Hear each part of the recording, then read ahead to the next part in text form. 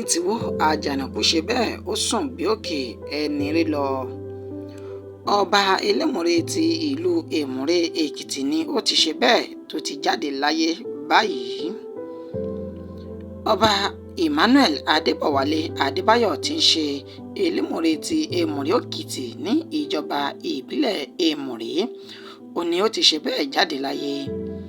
Bó tilẹ̀ já sí pé àwọn olóyè àti mọ̀lẹ́bí ọba tó wàjà náà ni wọn kò tí ì fi ìròyìn náà síta gbangba fún àwọn ènìyàn, ṣùgbọ́n àwọn tí wọ́n jẹ́ ọmọ ìlú tí wọ́n ti fura mọ̀ tí wọ́n sì súnmọ́ ààfin ọba ó ní wọ́n ṣe bẹ́ẹ̀ tí wọ́n ti kéde rẹ̀ fáwọn oníròyìn láì fi orúkọ wọn síta.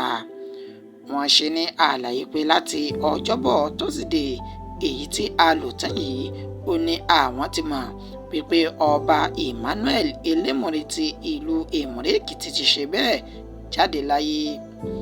Wọ́n ní lẹ́yìn àìsàn ráńpẹ́ tí ó ṣe kábíyèsí ọ̀hún tí wọ́n sì gbé lọ sí ilé ìwòsàn tó wà ní ìpínlẹ̀ Èkó, ibẹ̀ ni ọlọ́jọ́ ti dé tí ọba sì ti kí ayé yìí pé ó dìgbò ṣe.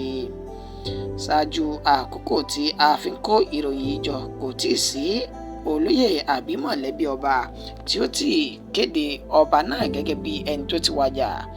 Wọ́n ṣe ní àlàyé wípé òfin àti ìlànà ìlú Èkìtì náà ò ní wọ́n ń tẹ̀lé, ṣùgbọ́n tó já sí pé àwọn ọmọ ìlú ti mọ̀ tí wọ́n sì ti sọ àhesọ ọ̀rọ̀ náà jáde síta fún àwọn oníròyìn báyìí.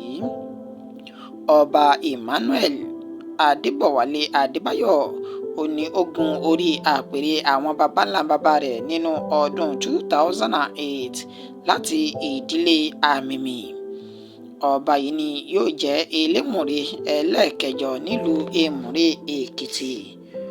Ọba Emmanuel ó ní ó ṣe bẹ́ẹ̀ tó ní ìyàwó kan ṣoṣo ní ìgbà ayé rẹ̀ èyí tí orúkọ rẹ̀ ń jẹ́ Mary tí ó sì bí ọmọ ọkùnrin àti obìnrin fún un.